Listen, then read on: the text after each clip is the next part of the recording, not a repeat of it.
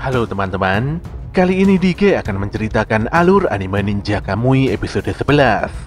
Tak bosan-bosannya Dike menyarankan agar kalian nonton anime ini secara langsung karena dijamin kalian pasti puas dan tentu saja memiliki pengalaman nonton tersendiri.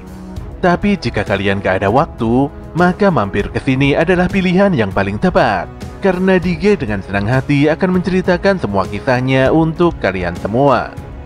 Sebelum lanjut, buat kalian yang baru saja menemukan channel ini, ada baiknya untuk subscribe dulu. Jangan lupa juga untuk menyalakan notifikasinya, agar kami semakin semangat untuk menghadirkan konten-konten terbaik buat kalian. Oke, langsung saja. Persiapkan diri kalian and enjoy!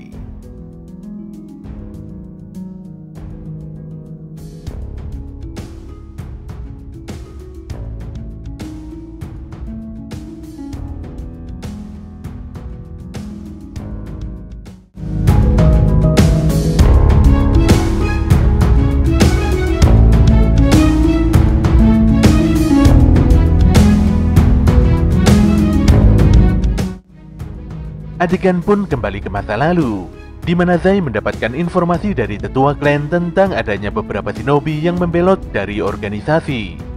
Sang tetua lantas memerintahkan Zai untuk memburu dan melenyapkan para shinobi pengkhianat itu.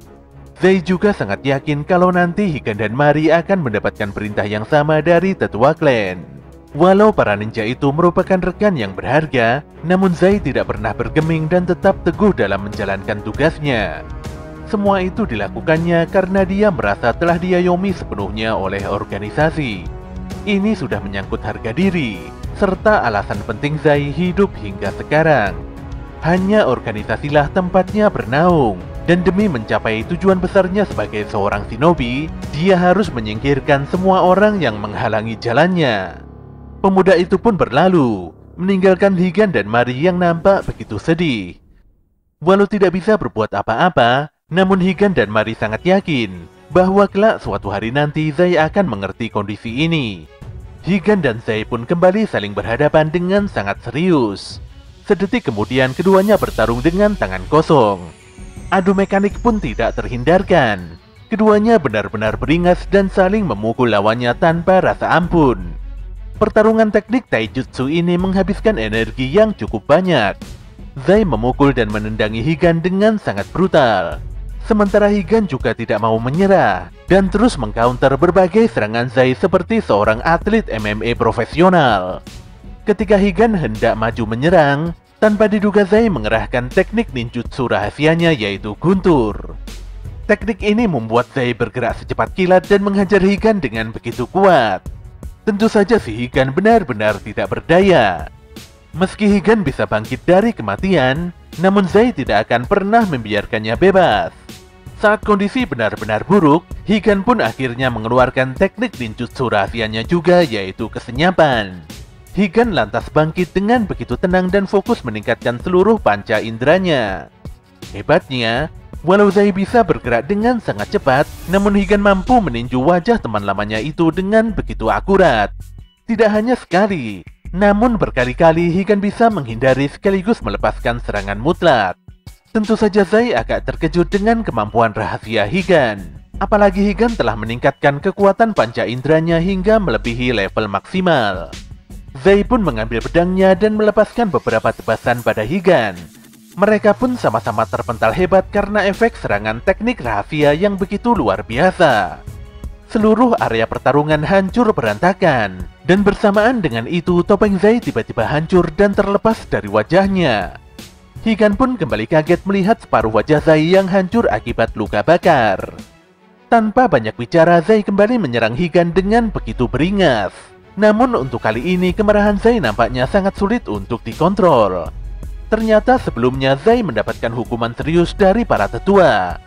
Tentu saja semua itu terjadi karena Zai membiarkan Higan dan Mari kabur meninggalkan organisasi. Zai pun hanya diam, padahal dia sebenarnya tahu kalau Higan dan Mari hendak berkhianat. Oleh karena itulah para tetua menghadiahi segel panas yang tidak akan pernah bisa dilupakan Zai di sisa hidupnya. Dengan sangat kesal, Zai mencabut pedang di dekatnya dan mencoba membabat Higan dengan penuh amarah. Zai menyalahkan Higan karena telah melanggar kode etik ninja. Jika Higan tidak bertindak seenaknya sendiri, hal bodoh seperti ini pasti tidak akan pernah terjadi. Namun Higan menegaskan kalau dia dan Mari tidak pernah melanggar kode etik. Mereka hanya menyadari bahwa tidak ada kode etik ataupun tujuan yang harus dicapai jika itu hanyalah merenggut kekuatan manusia untuk saling mencintai dan melindungi hal yang berharga. Higan pun sangat kecewa karena dirinya dan Mari dianggap tidak memiliki tempat di organisasi. Sementara Zai juga kesal karena Higan dan Mari berbohong dan mengingkari janji. Padahal itu adalah pertama kalinya Zai merasakan kalau dia memiliki seorang teman. Namun lagi-lagi Higan menegaskan kalau dia tidak berbohong. Higan dan Mari selalu menganggap Zai sebagai seorang sahabat yang sangat berharga. Namun Zai malah semakin kesal dan menghajar Higan dengan begitu keras. Saat Zai hendak menebas Higan, tanpa disangka sebuah tato khusus tiba-tiba muncul di punggung Higan. Langkah Zai pun langsung terhenti. Higan menyampaikan bahwa tato ini dibuat hanya untuk mengingat Zai. Bagaimanapun juga, Higan ingin berkelana dan mengajak Zai melihat pemandangan yang berbeda. Higan pun menerima tikaman keras katana Zai, dan di sini Higan menegaskan kalau dirinya tidak akan pernah sekalipun menyerah menjadi seorang shinobi. Higan ingin menghancurkan semua dusta yang sedari tadi dikatakan Zai. Higan mau bertarung melawan Zai hanya untuk membuktikan tentang semua keyakinannya. Higan pun melesatkan pukulan tenaga dalam yang membuat Zai terhempas hebat. Disinilah Zai mulai sadar kalau selama ini dia telah salah sangka.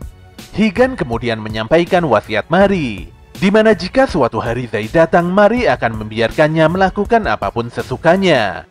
Tapi setidaknya, apapun yang terjadi, Zai harus bisa memaafkan Ren. Mari sangat yakin kalau Ren bisa menunjukkan pemandangan yang berbeda pada Zai. Demikian juga sebaliknya, Zai pasti akan memahami bahwa kehidupan ini bisa memberikan masa depan yang baik. Zai pun langsung ambruk beberapa saat kemudian. Higan pun berpesan pada sahabat lamanya itu agar dia menyelesaikan semua urusan ini di lain hari. Di sisi lain, Jason menemui kebuntuan dalam membuka data enskripsi yang ditinggalkan Emma. Dia pun agak kaget karena Mike tiba-tiba mendatanginya. Di sini Mike mengabarkan kalau situasi nampak semakin memburuk. Ditambah lagi selepas ini polisi dipastikan akan segera datang. Mike pun agak kesal karena Jason belum bisa memecahkan data enkripsi. Jason tidak bisa berbuat apa-apa karena dia memerlukan tanda tangan biometrik Emma untuk memecahkan data enkripsi itu. Walau sudah mencari ke laboratorium, namun Jason tidak bisa menemukan sidik jari Emma. Mike dan Jason pun mulai beradu mulut dan saling menyalahkan satu sama lain. Ketika Jason memberikan Mike sebotol minuman, tanpa diduga Mike mengingat kalau Emma pernah memegang kertas gambar peninggalan mendiang putrinya. Di waktu yang kurang lebih sama, Joseph menelpon dan meninggalkan pesan suara untuk Master Yamaji. Joseph mengagumi integritas dan cara kerja Yamaji yang sangat profesional. Dia menyetujui proyek pembuatan Kusogoger demi menguji dan meningkatkan teknologi perusahaannya. Namun saat itu juga Joseph memutarkan rekaman CCTV tentang pengkhianatan Yamaji beserta anak buahnya. Joseph pun tertawa, dan dia memerintahkan tentara bayarannya untuk menyerang kediaman Yamaji. Tentu saja para pengawal Yamaji ditembaki dan mulai bertumbangan satu demi satu. Para mercenaries ini menembaki seluruh ruangan Yamaji dengan begitu brutal.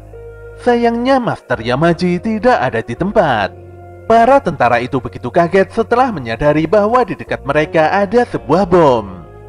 Bom itu pun langsung meledak hebat dan menghancurkan seluruh pasukan Joseph tanpa tersisa. Sedetik kemudian Master Yamaji menelpon Joseph, dan dia menyampaikan kata selamat tinggal dengan begitu serius. Jelas saja Joseph sangat kesal. Kini dia sangat bingung untuk menyelamatkan dirinya sendiri. Dia lantas mengambil sebuah pistol di laci dengan begitu was-was. Tak selang beberapa lama, Yamaji dan pasukannya telah tiba di gedung milik Joseph. Semua orang yang muncul di gedung ini langsung disikat anak buah Yamaji.